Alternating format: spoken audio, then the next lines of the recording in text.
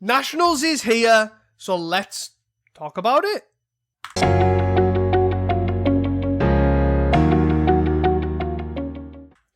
Hi guys, welcome back to Casting Commons, the show where we talk and discuss all things Pauper. I am your host Teasdale, and this is my co-host, the Tainted Strike himself, Reese. Hi. Before we start, please do not forget to support us by rating us 5 stars on Spotify. Put my hand over here so it's actually on the camera. And you can also follow us at Casting Commons 1 on Twitter for the most recent Pauper deck lists. And of course, join our Discord to submit hot takes, be part of giveaways, and talk shit to us about Pauper. But also don't forget to subscribe, because we're back on YouTube as well. And I keep forgetting to do that as well. Oh, how are you doing? Good. Yeah. Our Pauper League is just about to start up again this month, so I've been refreshing deck lists, updating deck lists, figuring out what I want to play each week, as I normally just play a different random deck each week. Ordering new Edge of Eternity's cards, because for some reason I just haven't done that yet. Sorry, no one's figured out them yet, really, have they? So you're all good. No, there's some that are getting there, but yeah, a lot of them seem to be very up in the air still. But yeah, good. I've got a lot built and excited to get back into Smashers and Pauper again. Woo! Pauper! Speaking of Pauper, UK Nationals has officially been announced as well, which we will talk about in a bit. They are on sale if you are part of the league, right? That's correct. If you are in a league and you have a TO, you can ask them for the code, the access code, and you can buy tickets, basically, which is pretty exciting. But I want to touch on some news and obviously do the tournament stuff first before we obviously dive right in. I think the big one for us is obviously, which is kind of related to your hot take from last week, is we got an announcement from Gavin. And they basically said that they are moving the update that they said that would have probably in August to late September, early October. That is on Twitter. And I think it's good communication, right? It's really great. Like, I think that's obviously, we knew they were going to check in August, so that's good enough in itself. And we knew, and then basically August come to an end, or almost came to an end, and they're like, yeah, well, we're not ready yet. And it's still fine. Like, I think this is a great communication. My only thing with it is I feel like I get pestered a lot to say it. I've seen so many people like tweeting, where is this update? What's happening? If they'd have just like got the middle of August and just like posted this, I think it would have been basically perfect. Yeah. But yeah, essentially it's just they're still evaluating High Tide, and they're still looking at the current evolution of the format. So I'm assuming that means they're either not going to ban it or they still don't know either way. Yeah. But I also think the thing for me, right, is I guess it depends how people review these things, right? Because I don't have the article in front of me from the previous one, but I'm almost certain they just said, like, my understanding how I interpreted it was they will check in before the next actual BNR, which was November. Yeah. And they said it'll be likely August, was sort of like the thing that how I read it. And it wasn't like we will get back to you by August. But obviously, I think because there's a month put in there, they were like, everyone was like, oh, it's August, we're getting, High Tide's getting banned, or High Tide's getting this, and I'm like, the format's not in a dire state. I understand that people need to know for certain things, but I just don't get it. Let them still think. It's on trial until they do an announcement. Just let them think. Yeah, I think a big part of it, like we've said before, could be solved with a communication source direct from the PFP, rather than always having to wait for Gavin to do something or say something. I feel like if they just had a PFP Twitter or like a PFP website even, that they just like posted on like every few weeks saying what they were doing, what they were talking about, or like even if they were playing leagues, like if Heisen plays a league, or if Weber plays a league or a challenge, they just like post, or I've just got this in this challenge. It would be cool to see, to be honest. Yeah, I think so as well. 100%. But yeah, I I think it's good that they've basically said this, and I think the final thing is, obviously, they have said that they're basically going to check in as well. So I would assume that also means checking on other things, like other states of the format as well. I think it'll just be one of them updates on like win rates, on what they're keeping an eye on, what they're doing, what's best performing. Like if you're a spy hater, I wouldn't expect anything really to get banned, or whatever. But it's cool. I think it's good. We're definitely lucky to have the PFP for sure. Anything else to add? No, I'm happy to move on. Just a quick tangential shout out, and I would normally put this in the tournament news, but with it being a bit different, I kind of wanted to put it somewhere different. If you missed it, we have obviously been on Battle Chads before, which is a competitive podcast. Check them out, obviously, after listening to this, of course. They have just announced that they're doing a modern charity event in Harlequins in Preston in like December or something. So please, I will put a link in the description for the YouTube and the Spotify episode, so you can check them out. Obviously, they're doing great things for obviously a great cause. So it's always good to see. So please just check out. And if you are even remotely interested in Pauper, or even if you just are in the area, obviously Harlequins Preston is an absolutely amazing venue anyways. It'll be a good time. And the stuff they announced in that video, which you can obviously check out, got a slight crossover because Emma Partloy's commentating as well. So that'll be a sick one to see. So yeah, if either attend or check it out on their live stream, which I'm assuming they'll announce in due time. Yeah, it's in December, right? Yeah. So it's a long way off yet, but plenty of time to plan for it. Yep, for sure. Moving on, obviously, do not forget to join our Discord. Of course, there is card market credit, play points given away every month. The draw for this one will be the end of this month. So please do not forget to join the Discord and submit your hot takes to take part. If you do not have any hot takes, you can also give us a Pauper thought as well and submit it like we did last week. And we will also add you to the giveaway as well. So it's a great way. Just get in touch and get free stuff. Moving on to tournament news. And this kind of will segue into obviously our big segment of what will take up the brunt of the episode. But first of all, 25th of October in Leipzig, there is a 128-player cap Pauper event. This is going to be Germany's biggest Pauper event, and it is from the latest from the Pauper to the people.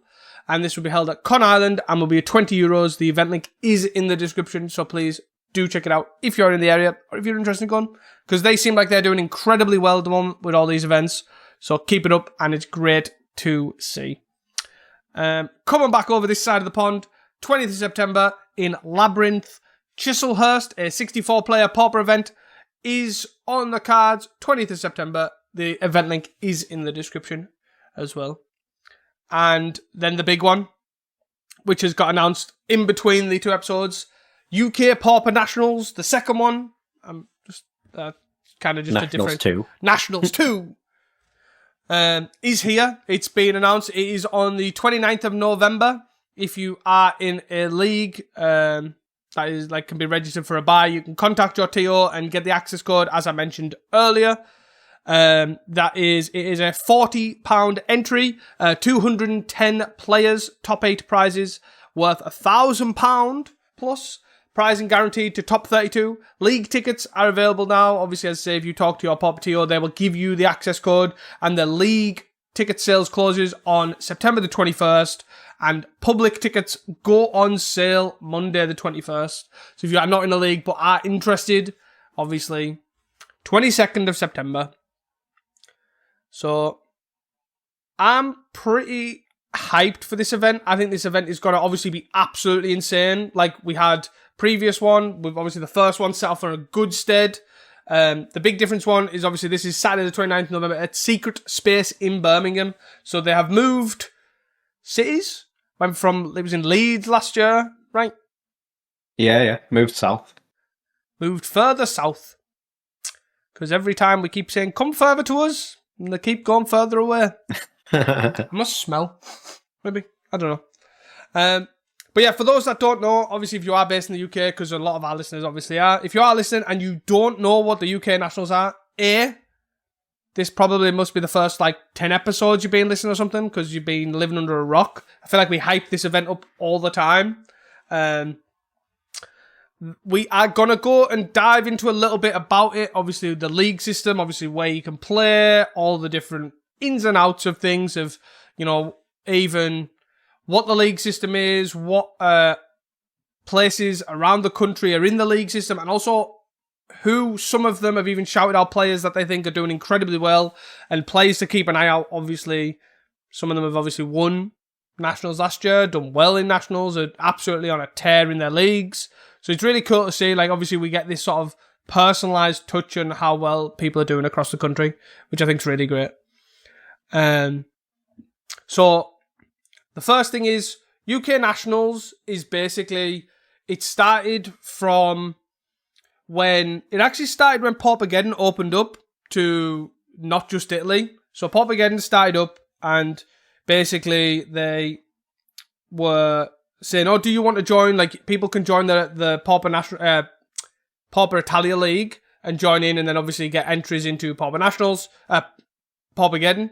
And then effectively there was a couple of leagues starting up, because a gentleman, shout out, obviously this all started due to Pauper Dan, was obviously going around the country, trying to figure out where I played Pauper, putting it all in an Excel spreadsheet, keeping us all into the Pauper UK Facebook groups and Discords and stuff, keeping us all up to date.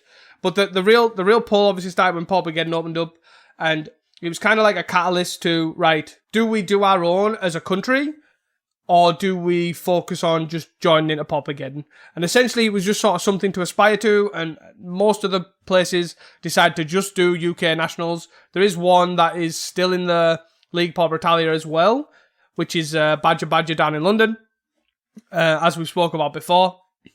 But essentially that then basically set up the system, because when Paupageddon announced, they give their how they run leagues, and essentially it's just robbed from that. In all honesty, it was that good of a system.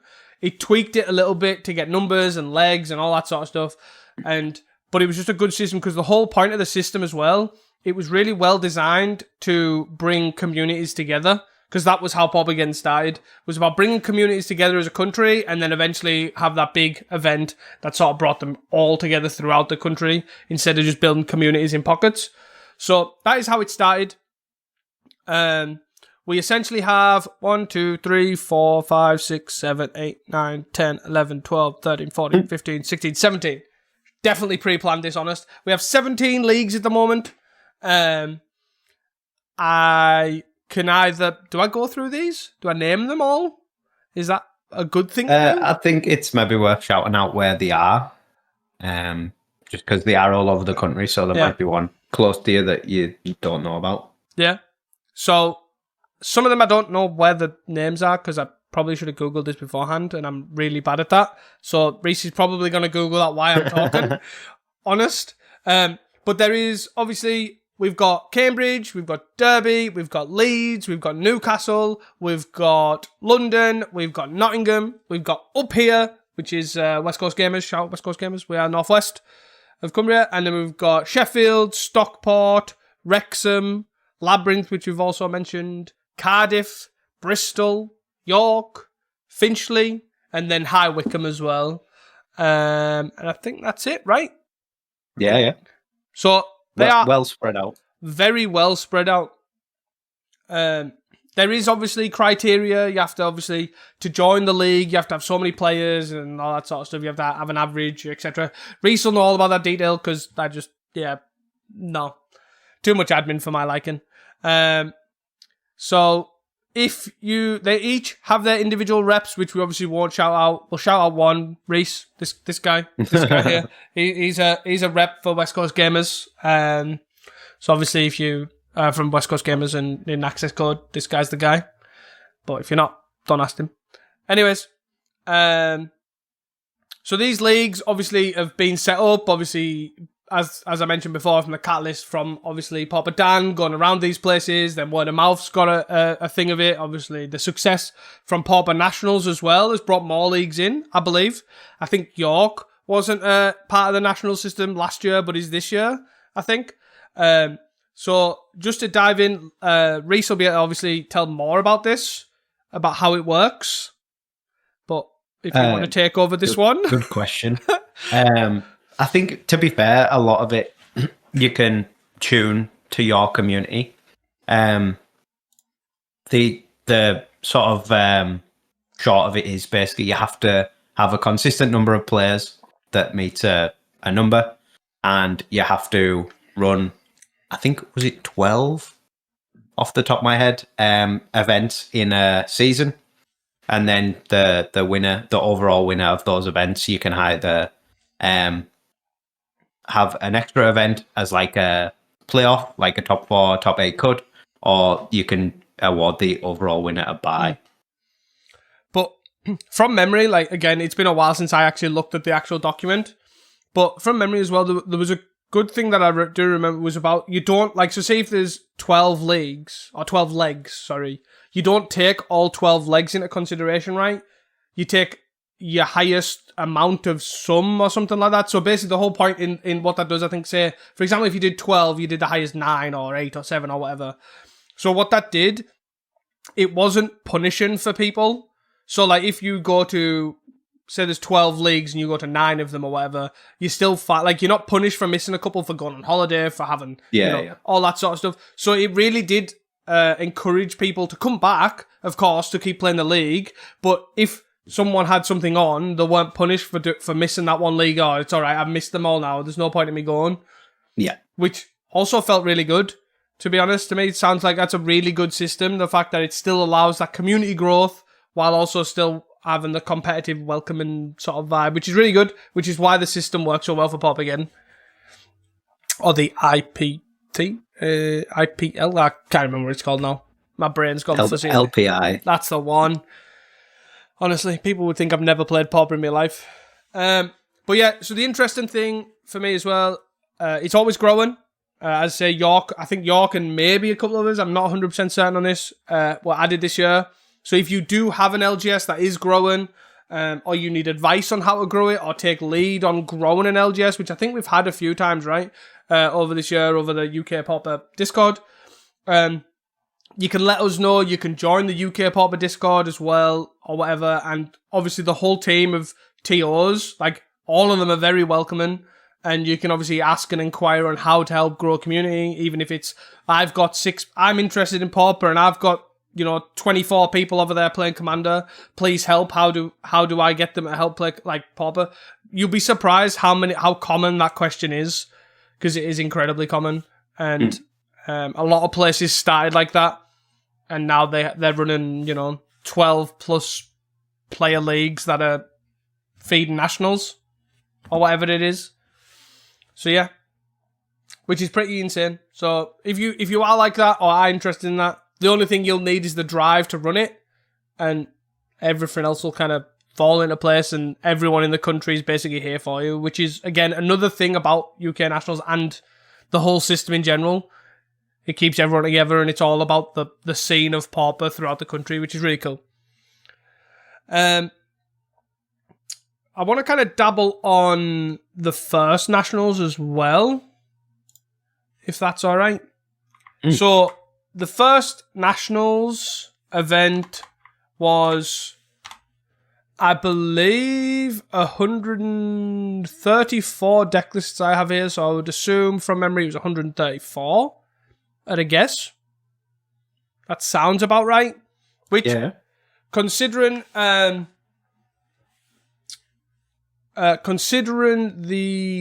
it started at the start of the year, obviously just all these leagues, etc., I think that was incredible for us, right? So, where the only real evidence we had before Nationals was Dan, who ended up running the first Nationals on his own, was 64 player Northern Pauper Opens, which Dan also ran, and they had like 4 or 3 consecutively just capping at 64, and we thought that was pretty incredible, pretty good going. Obviously, a lot of the country ended up coming up, and some of them didn't get spaces, etc. But the thing that was really good about that was the competitive casual vibe, I thought. The pack per win, all that sort of stuff. And I think the welcoming of that pack per win and the still drive to do well sort of helped that. I think it helped the Pauper Nationals grow. I don't know if you'd agree or disagree. I don't... And I just think even... I would consider as well the thing that I find really good about this, like we had 130 odd players, 134 I think I said, right? 134 deck lists here. This was in the era of Jund, Brood-Scale and Brood-Scale, which a lot of people, like I know, dipped out, were like tapping out the format, and we still managed to do basically double of what we've ever had in England beforehand, right? Yeah. And Pauper as a whole has just been grown since Pauper Nationals. We've had a 1,000 odd plus player Paupergeddon. We've had 100 odd player other events in the UK. I think there was one, was it like Badger or something? It was like 100 players or something stupid. And I just think the scene is growing, and it just needs to keep going at that steady pace, I think. I think the growth as well is a good sign by the cap of this year too. So the cap's gone up for this year. It is 210 players instead of, I think it was like 100. I think they had to up the cap, right? Was it something like 80 or something? And then they had to up it to, I remember to get extra space was another big thing. Like it sold miles better than what they thought.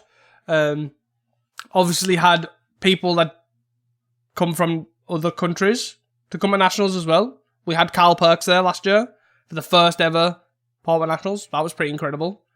I would like to see the correlation between when Carl announced that he was going to Nationals to the ticket sales. I bet that spiked, but that's besides the point. It just shows that Pauper in general just brings loads of people here, right? Loads of people together. Carl just wanted to cast fogs. It's the people's format. Yeah, exactly. The Germans have got it right. Pauper to the people. But I don't even know what won, because the lists that I have obviously are, I think these are just Swiss, but I'm not sure because they're not in like a particular order. It was like Jund combo and Jund mid-range are the top two decks, and then Fae, and then Elves. Sounds maybe like what come first, and second and third and fourth. I can't remember. But it's just a list that we found here on Goldfish. Which is pretty sweet. I think honestly, I can't tell you how excited I am for this event to just cap. I just want this event to cap. So, please, if you are even remotely, I don't know, if you're in the Isle of Man or something, just just come over, play some Pauper. Yeah, it's going to be an absolute sweet event. Obviously, Secret Space in Birmingham is a great venue. I have been told. I have not been there personally, but I've been told it is a great venue. And I have really high hopes for this second Nationals. We started off so well, and I just think we're going to just go to the next level. There's no way we can go anywhere but up, which is pretty sweet to see. And I guess, do you want anything else before we just touch on the last thing to just hype up some players? Anything else to add? No, I'm happy for you to continue. Keep rambling on. Yeah. So the last bit we're going to talk about is players to watch. Not everyone has submitted one, but again, that's fine. I just want to shout out some players that have been noted to do incredibly well at their leagues and their local scenes. So we'll start off with the only one with 2, and the only reason we gave him 2 is because it's Papa Dan and he's special, and he gets 2. And they shouted out Jacob. I'm not. Can you say that surname? Because I'm going to say it wrong. Even though I know the guy, I'm just going to say his surname wrong. Please. But yeah, Jacob Pyra? Pyra? Is that what we're going with? That's what I would have said. Yeah, that's all right. He's doing incredibly well. Nice guy as well. Hope your wedding went well. And Jamie Wilson as well. But yeah, again, it's great to see, like, obviously these people that we've been to these events for ages and seen them do, like, incredible stuff, you know? So it's really cool. Shout out to them doing really well. We have the Badger League in London has the defending champion, Ben Mulcahy. Apologies if I've said your name wrong as well. Defending champion, big fan of combo and mid-range decks, so as long as you're not playing Jund, you're all good. We have our locals, West Coast Gamers, which is Ellis Roper. Shout out to Ellis, great guy, Elves player. So he's pretty strong Elves player. Like, let's be honest, everyone in the UK is a good Elves player. It's like a rite of passage to play Pauper. And then we have I don't really know, like would you call it a lum of the pod? Biggest fan, Nix from Patriot Games Sheffield, long time, for won the first Cast and Commons giveaway. He has been absolutely crushing it with FAMs, and that'd be pretty exciting to see FAMs in Nationals, because the deck absolutely sucks ass right now, so it'd be incredible to see if they can take it all the way. Stockport has Amy Farish, who is the current winner, solely playing Abzan Soul Sisters, which I think would be really interesting to see that deck list, because that sounds pretty sick. They might win once, but winning like multiple different weeks with Abzan Soul Sisters sounds like a feat in itself. And then we have Maxine Robinson on Elves, is doing really well at Whitley Bay. So shout out to them, obviously doing really well. Elves is basically the UK deck of all. It's like Jund Wildfire and Boros Synth that is to Italians. And then finally, York as Alex Hugill. I think I've said that right. They've been playing Spy, and not even the Walls or Elves variant, just Spy. I wonder if they're running like 4 or 5 lands, just like the normal 4 or 5 land build or the 5-6 land build or whatever. That'd be pretty sweet. And yeah, I think they're all of them that we've got. But they're all the people that obviously will most likely be at Nationals.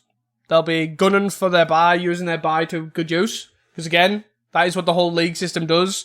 The winner of the league basically gets a buy, and a round 1 buy is an incredible thing in a 200-odd player event, or a 100-odd player event, depending on the ticket sales.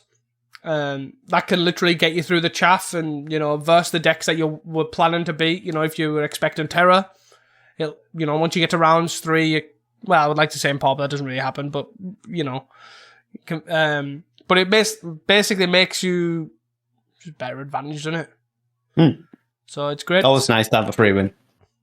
Go grab some breakfast. And coffee. Mainly coffee for me. But I don't get buys. Not good enough.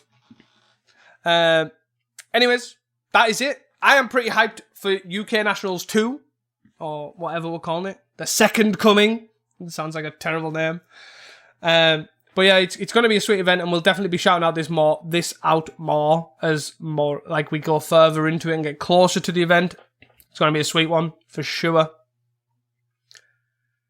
You hyped for it? Yeah, hopefully I can go. I'll just be back from Japan, so I'm hoping I can get some extra days leave to go down to Nationals as well. You don't need leave. You've got leave coming out your ears. But yeah, that is pretty much a big, long segment on Nationals. If you are excited to go, please leave us a comment in the description below. If you need any other further information about it, again, you can talk to us. You can join the Discord. Ask us questions about Nationals. There are TOs in that Discord as well, if you are interested. So that's pretty sweet. Yeah. I don't know what else to say, but this is going to be a mega event. And I think, so we're basically halfway through the episode. I would like to go through the challenges, but probably at a very high level. Yeah. I think. Sounds like a good thing. To be fair, there's a few decks that I've sort of noted, but there's not too many this week. Starting on the Friday challenge, I guess. Friday the 29th had 49 players. First was Rally Red, second was Red Black Madness, third and fourth were both Mono Blue Terror, fifth was Blue Black Terror, sixth was Mono Blue Terror, seventh was High Tide, eighth was Ponza, and then the two near misses, ninth was Mono Red Madness, and 10th was another copy of High Tide. A lot of Terror in this top 8. Basically the third through 6th is all Terror, because even the Blue Black Terror it's a very marginally Blue Black Terror. It has 4 Cryptic Serpents and 4 Tolarian Terrors and 2 Gurmag Anglers. And then basically the only other black is for a couple snuff outs, some cast downs, and some fangs. And basically all offer some ice tunnels and aquifers found by Lorians. Standard. So yeah, it's not a normal blue-black terror. It's a very mono-blue slanted take on blue-black terror. But the main standout for me, I think, of this one is the first place, Rally Red, performing really well again. And quite an interesting list, because it's also playing 4 mana morphos alongside the 4 Burn and Tree Emissaries. It's like Burn and Tree Emissary 5 through 8, I guess. Also lets you Burn and Tree and then mana morphos into Kicked Bushwhacker, which is sweet. Yeah, and I'd probably say that's like mostly because it's not running like Ginger Brutes, right? And it's running a lot of red 1 pip sort of cards, you know, like Chain Lightnings, Lightning Bolts, etc. Like, I wouldn't be surprised. Basically, it's there just to filter that green, right? Obviously, it's free as well, which obviously helps. So, which is it's a pretty interesting card to include, especially when obviously Rally Red doesn't generally include Flame Breather, right? So it's a pretty interesting one to settle on. But I guess it is sort of like Gitaxian Probe, right? It's just free. Once you hit them 2 lands, it's pretty free. Yeah, it's getting pretty close, right? And obviously, it's a free cycle essentially, but also the fixing is not irrelevant. Like I said, the main thing with it being changing a emissary mana into a bushwhacker mana is pretty legit. But yeah, cool to see Rally Red sort of taking the helm of Madness. Obviously, Madness still there, just in 9th, but yeah, performing. It's nice to see, in fact, because it does do well in leagues, right? But it doesn't necessarily transition to challenges that well. Obviously, did well at Pop again, but it's still pretty sweet. No Ginger Brutes makes me sad though. We like some Ginger Brutes. Moving on to the Saturday, the 30th challenge, 56 players in this one. Slightly less interesting, I would say. It seems a bit more like normal. First place, Red Black Madness. Second place, Grixis Affinity. Third place, Mono Red Madness. Fourth place, Mono Blue Terror. Fifth place, Flickertron. Sixth place, Drum Wildfire. Seventh place, High Tide. And 8th place, Elves. Then the near misses, 9th, Boros Synth, which is quite a cool one to see, and 10th, Blue Red Fair. In terms of the top 8, it was very sort of mixed. Like, they're all unique decks. They're not something that you wouldn't really expect to see in a top 8. But they are all different, which is cool. The, I guess, main 2 standouts really are the Boros Synth list in 9th. Is just literally like a copy-pasted Boros Synth list from, 2 years ago? Yeah, pretty much. There's nothing spicy about it at all. It's just straight up old Boros Synth. Yeah, I'm not sure what your take on this is. Yeah, it is literally just like the newest card in it. It's like, Thraben Charm? Yeah. Which looks like it's cut from, essentially, if you're in the middle of like Lembas decks that broke out like Pop-Ageddon, when a lot of people were on this deck, they were playing, was it Foundry Helix at the time for like Corgate to do with Guardian Eagle Pact? It's literally like you've cut 2 of them and put 2 Thraben Charms in and called it a day. Yeah, that's basically what it looks like. Yeah. It's there or thereabouts. It's a wild one. But just shows how like obviously diverse the format is. Obviously expecting a lot of like Jund Wildfire or Affinity and such, that the Dust to Dust are kind of being relevant. And then you've just got the Rebs to sort of like thing the blue decks, right? And I wouldn't be surprised. Like, it doesn't look the worst against like Terror and like Affinity and all that sort of stuff. So it looks pretty well versed, right? I think for Terror, like, you have a lot of tools. You've obviously got a lot of chump blockers to start with. You can gain a lot of value just like by forcing Synths through. You've got Thraben Charms in the main and Journeys into the main, both of which are good tools against Terror. And then you just basically double down by adding Relics and Rebs after sideboard. Yeah, but also main deck Dawnbringer as well does probably quite a lot of lift. And a 1-of bog.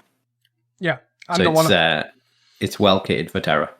Yeah, but surprisingly as well, the Dawnbringer will do a lot as well with the sleep as well, like sleep sort of effects. Like the cards that are useful in the graveyard just sort of disappear because Dawnbringer's there, which is pretty sweet.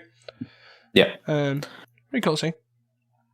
And then the other standout from this Saturday was the 10th place, Love Crowns Blue-Red Fair. It's a pretty interesting take on Blue-Red Fair. It's got an Oliphant in the main, which is something I've never seen before from the Blue-Red, or the Blue-Red Scred, or the Blue-Red Fair decks. It's also got a Cast into the Fire in the main as well. So trying a couple of spicy ones.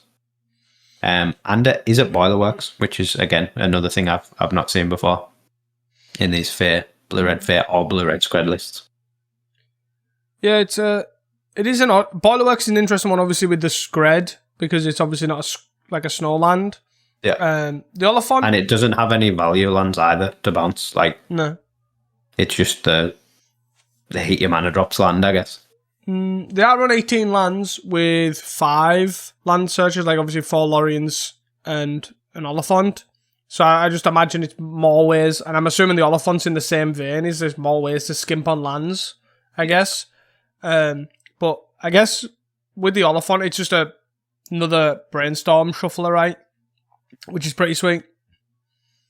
And not max on 4 Brainstorms as well. Yeah. Which is obviously not always the case as well with these lists. Yeah, it's pretty sweet. Yeah. For sure. I like the fact that the 8th place Elves list is sort of becoming, I don't want to say the actual list, but the whole Arbor Elf Tangled Islet sort of idea. Like as in 3 Arbor Elves in the main and then Tangled Islet in the board is becoming quite mainstay, to be fair, for the blue sideboard cards. Was it not Shibu who played that last time though as well? Probably, maybe.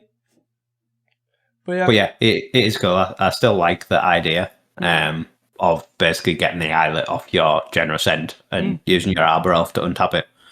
A permanent blue source, especially when your strongest sideboard cards are generally the blue cards, is pretty needed. Like if you want to Hydroblast stuff and they Labradite your Birchlaw Rangers, they would wish you had a Tangled Islet in your deck. It seems very necessary, as you say, with all the burnabout. But yeah, it's definitely pretty solid right now. I like the idea of obviously you're maximising on Mass Vandals, which is really good right now. Generous at Mass Vandal. You still get blue sideboard cards and powerhouses like Avenging Hunter as well. It all seems pretty solid. Pretty interesting take on Elves. And I like the fact that it keeps doing well. And then finally, I guess moving on to the Sunday, the 31st, 67 players, so solid turnout as usual for the Sunday. Yep. First place, Mono Black Sack. Second and third, a pair of Mono Blue Terrors. Fourth place, Bogles. Fifth place, Dredge. Sixth place, Red Black Madness. Seventh place, Ponza. And 8th place, Mono Blue Fair. And then the 2 near misses. 9th was Dredge, and 10th was Mono Green Infect. So for me, I think this is the standout most interesting challenge of the weekend. Obviously, ICT on Mono Green Infect in 10th is all sweet to see. Nothing has changed in that deck. It's still the exact same. But it still continues to perform with it. The 4th place Bogles as well is the one we touched on last week with the 2 Oranalids in the main. Yeah. Again, I don't think anything in that list has actually changed from last week either. It's still on 2 Iron Umbra, 2 Oranalid, and 2 Ledgewalkers. But yeah, just still performing well with that list. Clearly don't listen to the podcast to try out Spider Umbra, clearly. Yeah. Let down. The sort of standouts from this one, aside from them, is the 2 Dredge lists are quite interesting, both trying different things. The 5th place list is Mazboy's continued development, I guess, on this idea of holdout settlements, Thrive Moves, Calney Gardens, and no Troll of Khazad-dûms. This time, though, it has a Molten Gatekeeper in the main, just sort of chilling, instead of I believe, the third Branchwood Prowler. Yep. And then the sideboard has got a bit wilder with 3 more Molten Gatekeepers in the sideboard and 3 Acorn Harvests as well. Which I guess is a sweet one when you've unearthed 2 Molten Gatekeepers and then flag back an Acorn Harvest and machine gun them, I guess. Yes. Yeah, it's always... The Molten Gatekeeper seems pretty good, right? It always impresses me in like mono red dredge, that sort of thing. Like the amount of damage you just get out of nowhere with a 2/3 that impact tremors is pretty strong. Yeah. So the cards definitely impress me. There's clearly just no room for it though. Yeah. Like the like trimming down on the Blanchwood Prowlers. I believe he played this list on either the Friday or the Saturday as well. Didn't top 10, but had I think 3 Molten Gatekeepers in the main then. So has cut them down for the Sunday event back to normal. Yeah, he comes 16th on the Saturday. And he had 3 Molten Gatekeepers, I believe, at the cost of a generous Ent and a forest.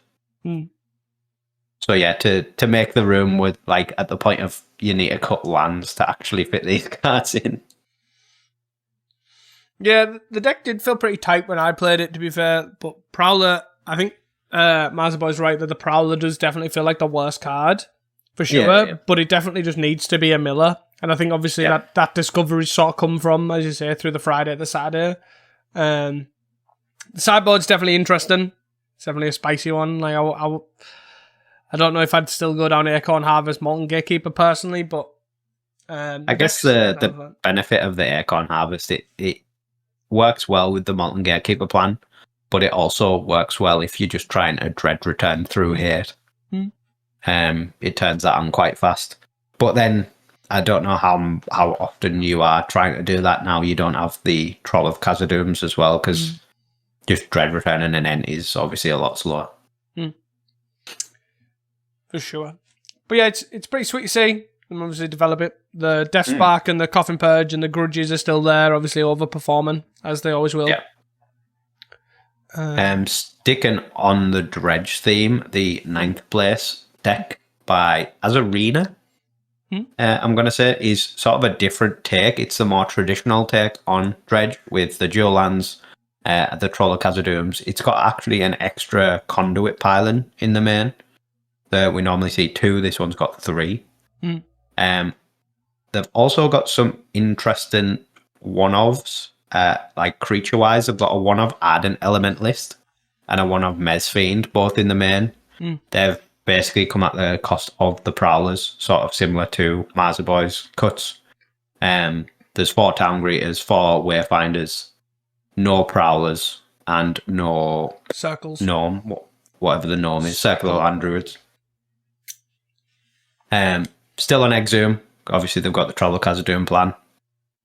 But then the extra spice is the 2 Tainted Strikes in the main, which is obviously as a speed up plan, essentially, on a Lotleth Giant. You can kill them a lot faster.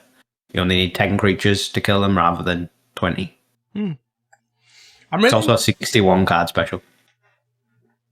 It's an odd one for Dredge. But I'm really intrigued on this take, right? I don't hate the Ardent Elementalist Tainted Strike. I do dislike the Exhumes. I don't think Exhume's powerful enough anymore. And I wonder if there is like some sort of halfway house between these. Like, could you just have sideboard 1 Ardent Elementalist or 2 Ardent Elementalists and then like 3 Tainted Strikes? As a way to just, with the green, like the green-based creature-y Colony Garden-y Dredge, like could you just jam Tainted Strike in there and an Ardent Elementalist? So you, because this Colony Garden list is very good at double Dread returning. Yeah. So then, can you just go double Dread return, as in Dread return Ardent Elementalist, get back a Tainted Strike, and then Dread return a Giant and kill them? Like, that seems very achievable. Yeah. I also think that if you are in a position to do that, is your Giant not just killing them anywhere? Like, you're putting 6 creatures in the bin. Like, so I guess some of them may be plant tokens, but generally it's going to be 6 actual creatures. and then dread returning a troll, a giant, sorry, and you could do it twice. Yeah, I think it's sort of a bit of a weird one. Like the add an elementalist to me just seems like a bit clunky. Like it's hard to cast. It's awkward to dread return because you're wasting a dread return on it to get something that you then want a dread return again. Your targets basically Gnaws already have flashback, dread returns already have flashback. So your only targets without flashback are the strikes and the rumbles. And although I do like the strikes, I think the strikes are great. I think it's just you just got to draw it. Like you put it in your deck, you just got to draw it. Yeah, maybe you're right. I just think that obviously there is like a lot of the times when I was playing the deck, it had the creature density. Like obviously you got like 31 creatures, but a lot of the time it was quite the giants were quite small. That even after like 2 giants, they're not dead. Like they're close to dead. Don't get me wrong. But they're not dead because you're unearthing guys or the tokens, like the rumbles or the colony gardens and stuff. So that was all my thought was like double dread return felt really easy. Yeah, but it had to be the right amount of stuff to be able to kill them. Like yeah. And I think because to me the idea is obviously these cards are there for like the high tide, right? The racing matchups. Is how I'm seeing it, is that obviously does Tainted Strike add an Elementalist make it better? Tainted Strike might, but you might be right that add an Elementalist might not just be not good enough. Because Tainted Strike was obviously pretty good for like the Brood Skill meta, right? And you just try to race them, but again didn't really add an Elementalist, just tried to race. Just pretty interesting. Yeah, it's definitely a cool take. Obviously Tainted Strike's tech that I've been pretty high on in the past. Putting it in the main at the moment sort of looks like it makes sense. But then on that, I am at the moment preferring the look of Marza Boy's list. Just being a lot cleaner, a lot lower to the ground. A lot easier to recover from, like spell bombs or Bajuka Bogs. This 9th place list in particular only having 4 Wayfinders and 4 Town Greeters. It's not a lot of mill. Yeah, I found myself just having the green dredge was definitely like the green based Colony Garden dredge or whatever you want to call it was really strong when I played a video with it. Like it felt really powerful in what you're doing. Like as you say, like they tap low, you're just like, oh, okay, I can kill you now.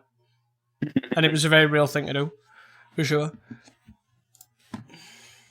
I guess moving on, one deck just to quickly touch on is 7th place Ixodor's Ponza list.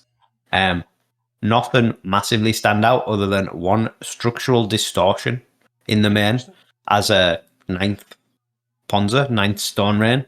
It's basically a 4-mana sorcery that exiles an artifact or a land and deals 2 damage to that permanent's controller. Obviously, you could play Stone Rain as a 3-mana card, but this hits artifacts as well, so a bit more utility. It obviously gets bridges as well, and is a little bit of chip damage. So sort of an interesting add. There's nothing other than that. The deck's just basically straight up Ponza. Yeah. And then the spiciest deck, I think, from this challenge is the 1st place list with the Mono Black Sack. For Perigee or Perigee, I never know how to say this name. Perigee Beckoner, which is the EOE card. And 4 is a statement to put 4 in the main and then win the 60-odd player challenge is pretty impressive. Yeah. A lot of the deck is basically just full 4-ofs. The only real sort of flex is there's 3 Accursed Marauders, which are not always in the main. 2 Unearths and 1 Rite of Consumption.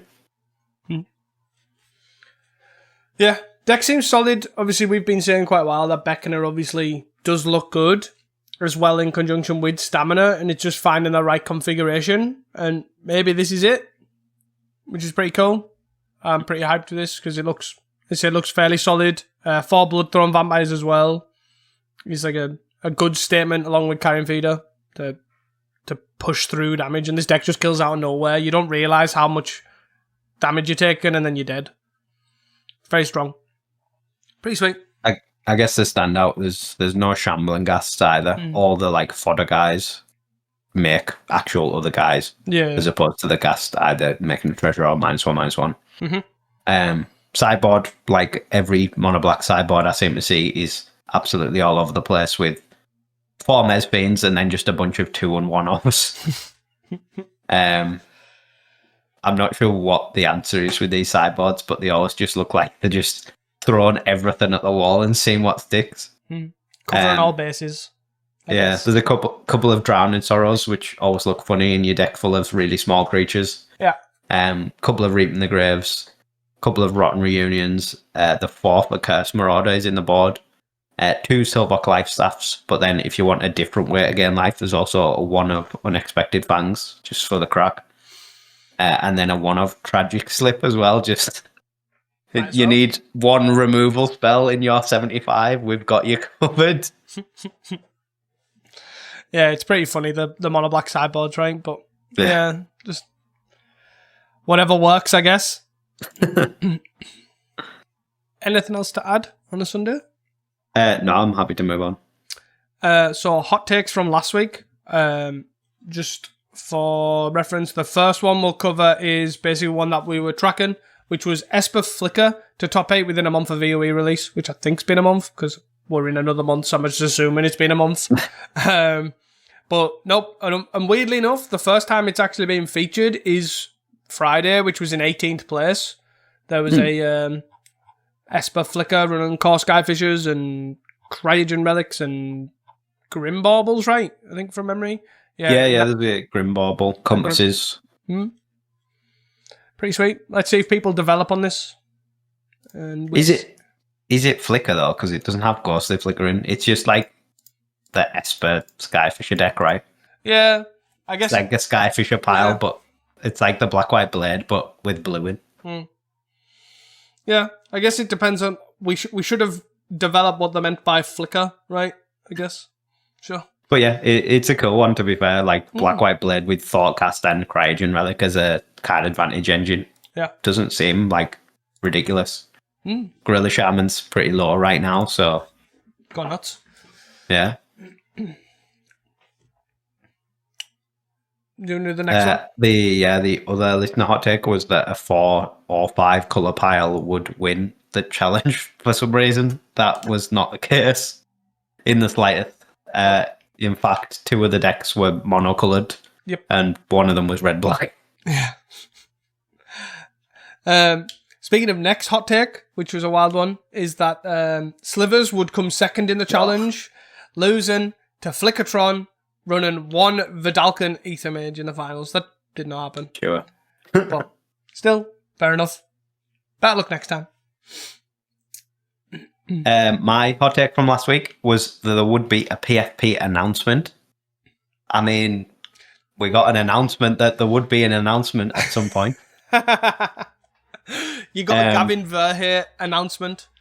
Yeah, it was related to the PFP. I don't know. I feel like that's a win. Is that what we're going with? I should have said we will have PFP news next week. Yeah, there you go. I'll give you your point. There you go. My last one is very, very close to coming to fruition. Was that Marzaboy will top 4 with like the Colony Garden Dredge, and yeah, it was unfortunate. Very unfortunate. Came 5th. Like, come on, couldn't get any closer. And 16th. 2 stabs. But well done to Marzaboy for obviously being on the tear and obviously developing this deck and doing really well with it. Dredge Master for sure, but not quite to the hot take. They have already went into my DMs and apologised for not fulfilling my hot take, which I find very endearing, and thank you. Hot takes for next week? Yeah, the first one I'm quite interested in, actually, because I could definitely see it happening, which is an all mono-coloured top 8 next week from Sliver Dude. This feasibly could happen. We were pretty close, right? There was the Friday had the one red black and the one blue black terror that wasn't really blue black terror, and then a Ponza. Other than that, it was all monocoloured. even the 9th and 10th were monocoloured with Madness and another copy of High Tide. I think as Pauper is at the moment, it's strangely like a time where it's like early Pauper, where like when I first started playing Pauper, it was like Mono Blue Fair, Mono Green Stompy were like two of the best decks. Yeah. And we've sort of tilted back into that where it's like Mono Blue Terror and High Tide. There's Mono Black Sack. There's Mono Green Elves. There's Mono Red Madness. All the monocoloured decks are like back on top, which is really sweet. Yeah, definitely. Sweet to see for sure. The next listener hot take is that the Lux Knight Breacher will top 8 next week. That is some copium. We can only hope. And that's from Dacius Terror. My hot take for next week is that Ponza will win. There's a lot of High Tide about at the moment. I think if we can just get a Ponza player to just spike into a bunch of High Tide and just keep turn 2 thermocasting them, I think that they could definitely get there. Obviously, double top 8s for actual Ponza, sort of out of nowhere, really, is sort of getting there in of itself. So yeah, definitely. I'm putting it down for the win. Definitely. Hopefully we can get there. Be sweet to see it make a comeback, even though we've ripped into it for God knows how long. My hot take is that White Weenie to top 8 next week. I'm going to put in brackets without Lux Knight. Basically, I think Lux Knight makes it a bit clunky. It probably does have its time and its place, but I just don't think it's right now. I think White Weenie seems like a pretty solid one against all these monocoloured decks. Like it's sort of got game against all these monocoloured decks. But yeah, the Lux Knight obviously makes it a bit clunkier for sure. But I think it's just a hard one to fit in, right? Like it just. You often on White Weenie, you just like sat on 3 mana for quite a few turns in a row, which is not ideal. Lux Knight, I feel like needs to be in a deck with Springleaf Drum, really, to maximize it. Yeah. And then if you're going into this field of like loads and loads and loads of terror, and they're just like Deem Inferior or Sleep of the Dead, your Lux Knight, you're just like, well, yeah. I've just wasted my entire time playing this match, and now my Lux Knight's on the top, and I'm going to have to cast him again. Yep. For sure.